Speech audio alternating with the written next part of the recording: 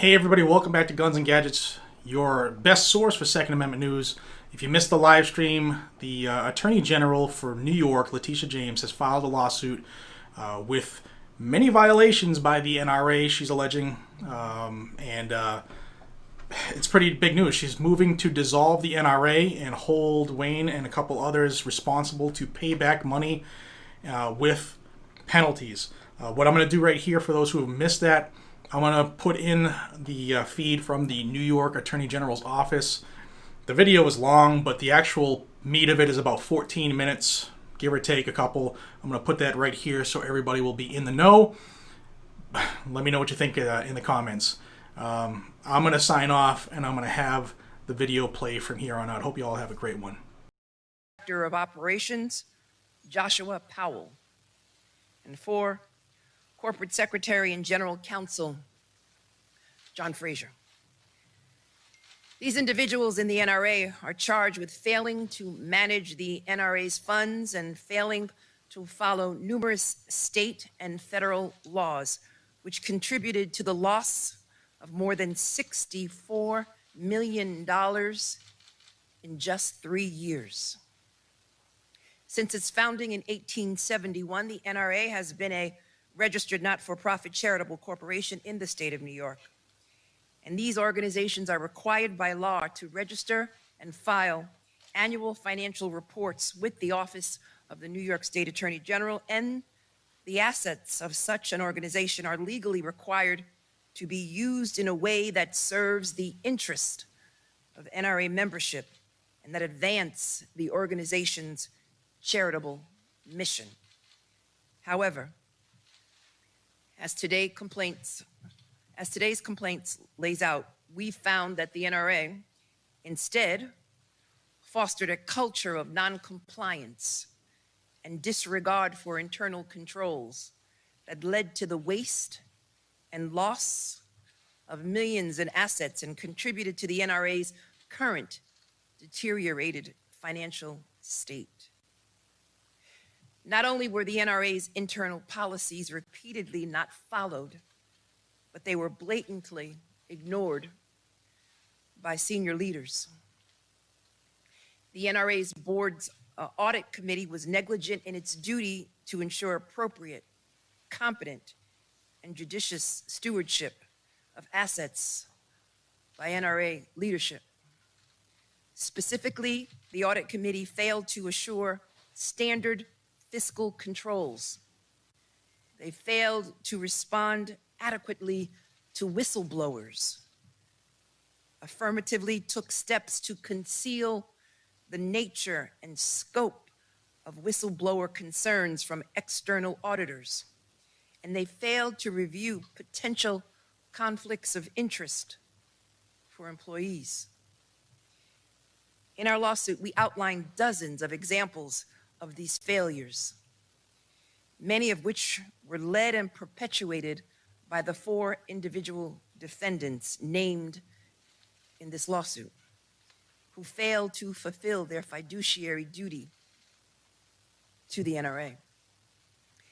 They used millions upon millions of dollars from the NRA for personal use, including for lavish trips for themselves and their families, private jets, expensive meals, and other private travel.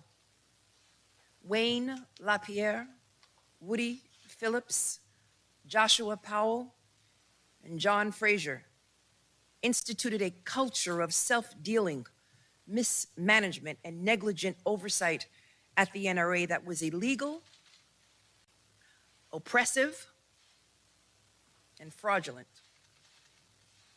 They overrode and they evaded internal controls to allow themselves, their families, and favored board members, employees, and vendors to benefit through reimbursed expenses, related party transactions, excess compensation, side deals, and waste of charitable assets without regard to the NRA's best interest.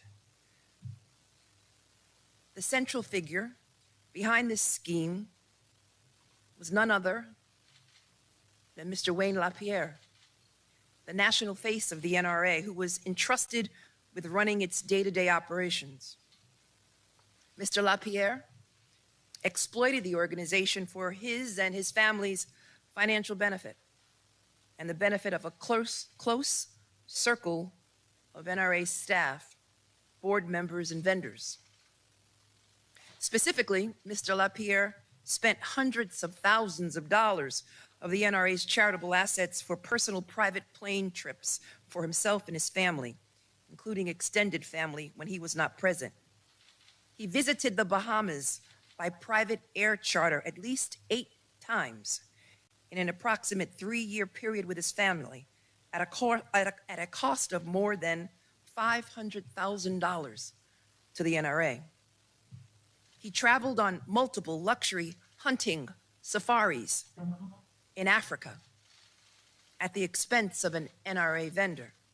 He spent millions of dollars on unwanted travel consultants for decades, including for the booking of luxury black car service. In the past 2 years alone, Mr. LaPierre spent more than $3.6 million on these travel agent services. He secured a post-employment contract for himself with the NRA without board approval, currently valued at more than $17 million.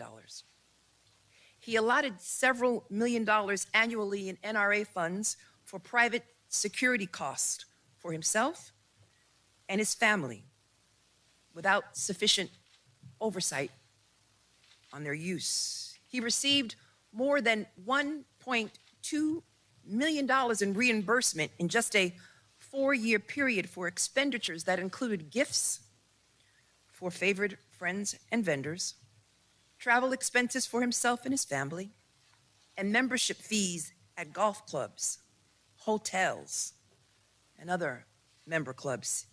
He even secured lucrative consulting contracts for ex-employees and board members worth millions of dollars.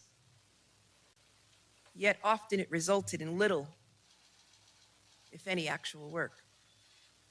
In addition to grossly misusing these funds for personal use, Mr. LaPierre created an illegal pass-through arrangement to conceal the very nature of these expenditures.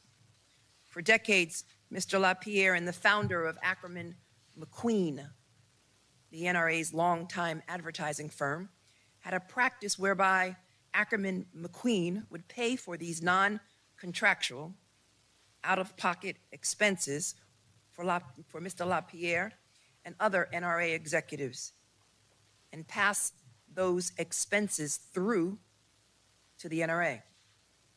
These expenses would then be paid for by the NRA without written approval, without receipts, without any supporting business purpose documentation. Ackerman McQueen would aggregate the expenses into a lump sum amount and then bill them to the NRA without any details on the nature or purpose of the expense, completely in violation of state law. These expenses did not comply with IRS requirements, and as a result, all such expenses should have been included by the NRA in taxable personal income for Mr. LaPierre and other recipients. In 2017 and 2018 alone, just 2 years, Ackerman McQueen was paid more than $70 million. A significant amount of these funds included payments through this side agreement. And when board members challenged Mr. LaPierre and the 3 other defendants over this lavish spending, their financial governance, or their leadership of the NRA, Mr. LaPierre retaliated and turned the board against those who attempted to challenge his illegal behavior. The complaint lays out numerous other instances in which Mr. LaPierre, Mr. Phillips, Mr. Powell, and Mr. Frazier, and other executives and board members at the NRA abused their power and illegally diverted or facilitated the diversion of tens of millions of dollars from the NRA. These funds were in addition to millions of dollars the 4 individual defendants were already receiving in grossly excessive salaries and bonuses that were baseless and did not adhere to prudent standards for evaluating and determining compensation as is required by law. Altogether, there are 18 causes of action, and these actions violated multiple laws, including the laws governing the NRA's charitable status, false reporting on annual filings with my office and the IRS, improper expense documentation, improper wage reporting, improper income tax withholding, failure to make required excise tax reporting and payments, payments in excess of reasonable compensation to disqualified persons, and waste of NRA assets, amongst other offenses. For these years of fraud and misconduct, we are seeking an order to dissolve the NRA in its entirety, to require Mr. LaPierre, Mr. Phillips, Mr. Powell, and Mr. Frazier to make full restitution for funds they unlawfully profited in salaries they earned while employees and pay penalties. To remove Mr. LaPierre and Mr. Frazier from the NRA's leadership, and to ensure none of the four individual defendants can ever again serve on the board of a charity in New York State. It's important to note that Mr. Phillips and Mr. Powell have left the NRA.